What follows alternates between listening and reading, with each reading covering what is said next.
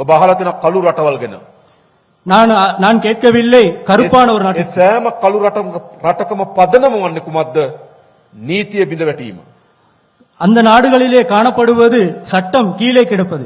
අපරාධකරුවන් පිණුම් ගහනවා නීතිය බිඳ වැටි තැනක. குற்றவாளிகள் அந்த நாட்டிலே சட்டத்தை மிதிப்பார்கள். ඒ නිසා අපි නීති විධාන ආධිපත්‍යයට රටක් හදනවා. ஆகவே நாங்கள் சட்டத்தை மதிக்கும் நாட்டை உருவாக்க வேண்டும். අපිට අවශ්‍ය මොන වගේ රටක්ද? நமக்கு தேவை எந்த வகையான நாடு? අපි විඳපු දුක් අපේ දරුවන් විඳින්න ඕන නැති රටක් අපිට අවශ්‍යයි. நாம் பெற்ற துன்பங்கள் நம்முடைய பிள்ளைகள் பெறக்கூடாது என்று நம்பிக்கை கொள்ள வேண்டிய நாடு. අපි මූණ දීපු අරුබුදයන් වලට මූණ නොදෙන දරුවන්ගේ රටක් අපිට අවශ්‍යයි. நாம் மேற்கொண்ட பொருளாதார நெருக்கடிகளுக்கு நமது பிள்ளைகள் முகம் கொடுக்க கூடாது என்ற நாடு. ඒකයි අපි හදන්නේ. அதுவே நாங்கள் செய்ய வேண்டும். අන්න එහිදී අද අපි හැම හිතන ප්‍රධානම තර්ජනය. அதுதான் நாங்கள் அதனுடைய பிரதான காரணமாகும். මා කලින් කියපු කරුණු වැදගත්. நான் முன்னே கூறிய காரணம் மிகவும் முக்கியமானது. හැබැයි සියල්ල ජයග්‍රහණය කරත් වැඩක් නැහැ. ஆகவே எல்லாற்றையும் வெற்றி கொள்ள முடியாது. අපේ දරුවන් මත්ද්‍රව්‍ය ගොදුරු බවට පත් වෙලා තිබෙනවා නම් எமது பிள்ளைகள் போதைப் பொருளுக்கு அடிமையாகி உள்ளார்கள். අද මේ මත්ද්‍රව්‍ය ගම් නියම් ගම් දක්වා පැතිර තිබෙනවා. இன்றைய காலகட்டத்திலே கிராமம் தோறுமாக இந்த போதைப் பொருள் வியாபித்துள்ளது. හෙරවුන මදක පොලිස් නිලධාරි මහත්තුන්ට සාතික ප්‍රදාන කරනකොට හෙරවුන හුනේ ඈත ගම් වලින් බව පෙන්නුවා. ஹெரோயின் போதைப் பொருள் கிடைக்கப்பெற்ற போலீஸ் உத்தியோகத்தால் கிடைக்கப்பெற்றது எல்லா கிராமங்களிலுமே. පැතිරලා තිබෙන්නේ அது தற்போது வியாபித்துள்ளது. මත්ද්‍රව්‍යයකට ගොදුරු වීම போதைப் பொருளுக்கு அடிமையாதல் පළමු කොටම වින්දිතය බවට පත් වෙනවා එම ගොදුරු දරුවා. முதல் முறையாகவே அவர் குற்றவாளியாக அடையாளம் காணப்படுகின்றார். அதற்கு அடிமையான දෙක අම්මා සහ තාත්තා. இரண்டாவது அது தொடர்பான சமூகம். අනතුරුව පවුල. மூன்றாவதாக குடும்பம்.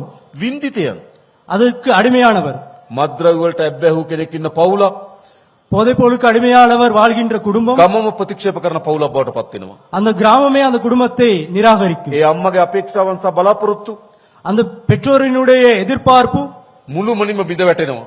முழுமையாகவே செயலிழந்து விடும். අම්මට ඉපදෙනකොට දරුවා පිළිබඳ විශාල බලාපොරොත්තු තිබුණා. பெற்றோருக்கு பிறக்கின்ற குழந்தை தொடர்பான நம்பிக்கை இல்லாமல் ஆக்கப்படும். හැබැයි දරුවා මත්ද්‍රව්‍ය වලට ගොදුරු වෙලා සමාජයේ කොන් වුණු පුද්ගලෙක් බවට පත් වෙලා තිබෙනවා. ஆனால் அந்த பிள்ளை போதைப் பொருளுக்கு அடிமையாகி முழுமையாகவே இந்த சமூகத்தால் ඒ நிராகரிக்கப்படுவார். නිසා අම්මහි වින්දිතෙක් වෙනවා. ஆகவே அந்த பெற்றோரும் அந்த சமூகத்திலே குற்றவாளியாகப்படுவார். සහෝදරයක් වෙනවනේ විවාහයක් කරගන්න බෑ. அவர்களுடைய சகோதரிக்கும் அவர்கள் அந்த சமூகத்திலே தலை காட்ட ඒ முடியாது. සහෝදරයා කුඩුකාරයෙක් කියලා කිව්වෝ. ஏன் சகோதரரும் அந்த போதைப் பொருளுக்கு குடுகாரர் என මුළු அழைக்கப்படுவார். පවුලම වින්දිතෙක් වෙනවා. ஆகவே அந்த குடும்பமே அந்த சமூகத்திலே கம- குற்றவாளிகளாக வரும். அந்த கிராமமும் ஆகும். ඒ ගමේ අයත් බියට පත් වෙනවා. ஆகவே அந்த கிராமமுமே முற்று முழுதாக අනාරක්ෂිතභාවයක් ඇති කරනවා. பாதுகாப்பற்ற கிராமமாகும். මුළු සමාජයේම මේ ව්‍යසනයේ බවට පත් වෙනවා. அது முழு சமூகத்தையுமே பாதிக்கும். ඒ නිසා මොකද කරන්න ඕනකම තිබෙන්නේ? ஆகவே நாம் என்ன செய்ய வேண்டும்? අපි කිසිදු දරුවෙක් எந்த ஒரு பிள்ளையும் මේ ව්‍යසනයේ ගොදුරක් බවට පත් නොවන රටක් අපි හදන්න ඕන. இந்த அச்சுறுத்தலுக்கு அடிமையாகாத சமூகத்தை உருவாக்க வேண்டும். කිසිදු අම්මා කෙනෙකුට පවුලකට எந்த ஒரு குடும்பமும் වින්දිතෙක් බවට පත් නොවන පවුලක් අපි හදන්න ඕන. போதைப் பொருள் குற்றவாளி குடும்பமாக இல்லாத வகையில் நாம் செய்ய ඒක வேண்டும். අපේ අපේක්ෂාව තිබෙනවා. அதுதான் எங்களுடைய எதிர்பார்ப்பு. ඒ ව්‍යසනය එතනින් නතර වෙන්නේ නැහැ. ஆகவே இந்த பாதிப்பு පහුගිය කාලේ අපි දැක්ක තැන තැන වෙඩි තබා ගැනීම තිබුණා. இது கடந்த காலங்களிலும் காணப்பட்டது. මේ වෙඩි තබා ගැනීම පිටපස තියෙන සමස්තය දෙස බැලුවොත් මොකක්ද? இதனுடைய பின்னணி என்ன? මත්ද්‍රව්‍ය වෙළඳපොළ බෙදා ගැනීම සඳහා තිබෙන යුද්ධය. போதைப் பொருளானது சந்தையிலே கிடைக்கப் பெறுகின்றமை. මාතර බිස්නස් කරන කෙනා කළුතරට આવොත් කළුතරින් ගහනවා. மாத்தரையில் வியாபாரம் செய்பவர் களுத்துறைக்கு வந்தால் அங்கேயும் அவர் அதனை பெற்று செல்வார். කළුතර කෙනාට ගම්පහට යන්න නම් ගම්පහයට ගහනවා. கம்பாவில் உள்ளவர் களுத்துறைக்கு சென்றாலும் அவர் அதை செய்வார். මෙම නීති විරෝධී සන්නද්ධ කණ්ඩායම් ගොඩනගෙන්න මේ මත්ද්‍රව්‍ය විවහල් වී තිබෙනවා. இந்த சட்டவிரோதமான கும்பல்கள் எழுச்சி பெறுவதற்கு இந்த போதைப் பொருள் காணப்படுகிறது. එනිසා අපේ දරුවන් ஆகவே எமது பிள்ளைகள் නීති විරෝධී අවිත් එක්ක ගනුදෙනු කරන තැනට අවිල්ලා තිබෙනවා. சட்டவிரோதமான ஆயுதங்களுடன் தொடர்புடைய நிலைக்கு உள்ளாகி உள்ளனர். ඔබ දකින්න ඇති වෙඩි තැබීම් වලට අවියායුධ තියාගෙන අත්අඩංගුවට ගන්න අය දිහා බලන්න. ஆகவே துப்பாக்கி பிரயோகம் அது மட்டுமல்லாத சட்டவிரோத செயற்பாடுகளுக்கும் உள்ளாகி உள்ளார். සාමාන්‍ය අවුරුදු 20ක් 30ක් අතර දරුවෝ. குறிப்பாக 20-30 வயதுக்குட்பட்ட பிள்ளைகள். මොකද සිදුවිතම නෝන් සන්නද්ධ අපරාධ කල්ලි වල සමාජිකයන් වෙලා තිබෙනවා. அவர்கள் திட்டமிடப்பட்ட குற்றவாளிகளுடன் சம்பந்தம் உள்ளார்கள். ඒ විතරක් නෙවෙයි ඔවුන් විශාල ධනයක් රැස් කරගන්නවා. அது மாத்திரமன்று அவர்களிடம் இருக்கின்ற பணத்தினையும் பகிர்ந்து கொள்கின்றார்கள். සාමාන්‍යයෙන් කුඩු කිලෝ එකක් හෙරෝයින් කිලෝ එකක් කෝටි එකමාරක් විතර වෙනවා. குறிப்பாக කෝටි එකමාරක් විතර වෙනවා. ஹெரோயின் என்பது குறிப்பாக கோடி ஒன்றரை கோடி ஆகும். ඔබ දකින්නේ නැති අපිට කිලෝග්‍රෑම් 200 300 අහු වෙනවා. உங்களுக்கு தெரியும் ஹெரோயின் கடந்த காலங்களிலே கிலோ 300 400 பிடிக்கப்படுகிறது. කිලෝග්‍රෑම් 200ක් කියන කොච්චරද දෙනවා? கிலோகிராம் 200 பிடிக்கப்படுகிறது. රුපියල් කෝටි 300ක් වෙනවා. அது கோடி 300 ஆகும்.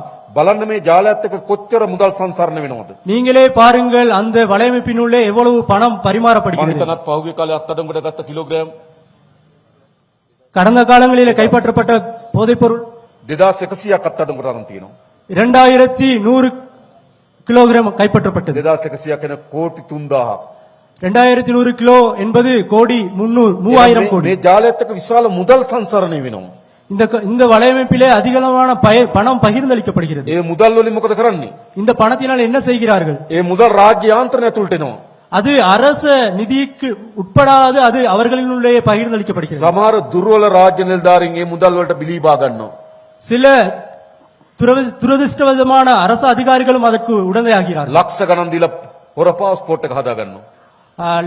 பல லட்சம் செலவழித்து திருட்டுத்தனமான கடவு சீட்டுகளையும் செய்கிறார்கள். ලක්ෂ ගණන් දීලා හොර වාහනේ රෙජිස්ටර් කර ගන්නවා. லட்ச கோடி செலவு செய்து வாகனங்களையும் பெற்றுக் கொள்கிறார்கள். ලක්ෂ ගණන් දීලා නීතියෙන් බේරෙන්න උත්සාහ කරනවා. லட்சம் ரூபாய் செலவு செய்து சட்டத்திலிருந்து தப்பிப்பதற்கு முயற்சி අන්තිමට මොකද செய்கிறார்கள். වෙන්නේ මුදල් විසින්? අවසානයේදී මේ මුදල් විසින් සිද්ධ වෙන්නේ කුමක්ද? கடைசியாக இந்த பணத்தினால் என்ன நடக்கிறது? රාජ්‍යාන්ත්‍රණ විදවට්ටනවා. அரச பொறிமுறையே செயலிழந்து செல்கிறது. එතනින් නතර වෙන්නේ නැහැ. அதில் மட்டும் நிறுத்தி விடுவதில்லை. ඒගොල්ලෝ දේශපාලනයට එන්න පටන් ගන්නවා. அது சமூகத்தையும் பாதிக்கிறது. සමහර ප්‍රාදේශ සභා සභාපතිවරු අපරාධ වලට හවුලුණු දේශපාලකයන් බවට පත් වුණා. சில பிரதேச செயலக தவிசாளர்களும் இதற்கு உடந்தையாக இருக்கிறார்கள். අපිට වාර්තා වෙලා තියෙනවා සමහර අය ඒ සල්ලි වියදම් කරලා පක්ෂ හදනවා.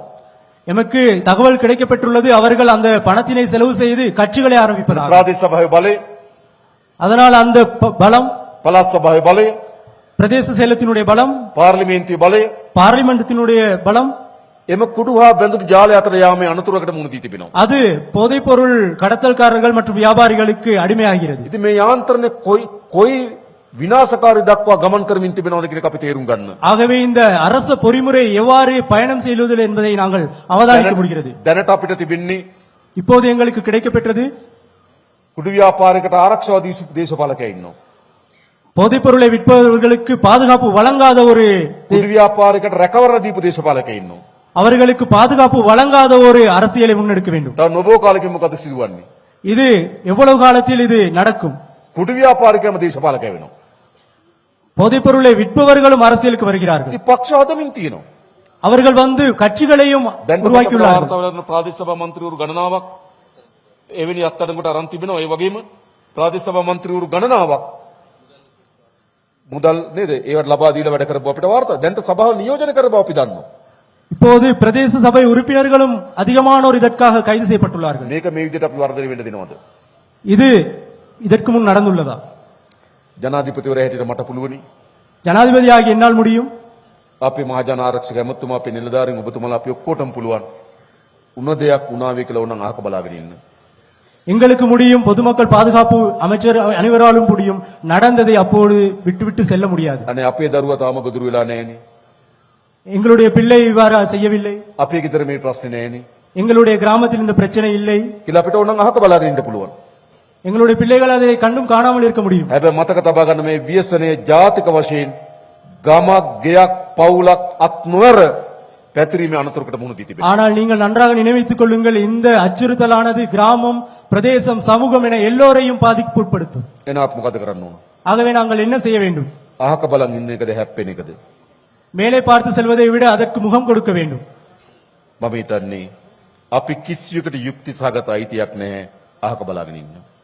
எங்களுக்கு நான் ஒன்று சொல்ல முடிகிறேன், நாம் மேலே பார்த்து செல்வதுமானால் நீதியை நிலைநாட்ட முடியாது. ඒ නිසා අපි හැම දෙනාගේම මැදිහත් වීම අවශ්‍යයි මේක පරාද කරන්න.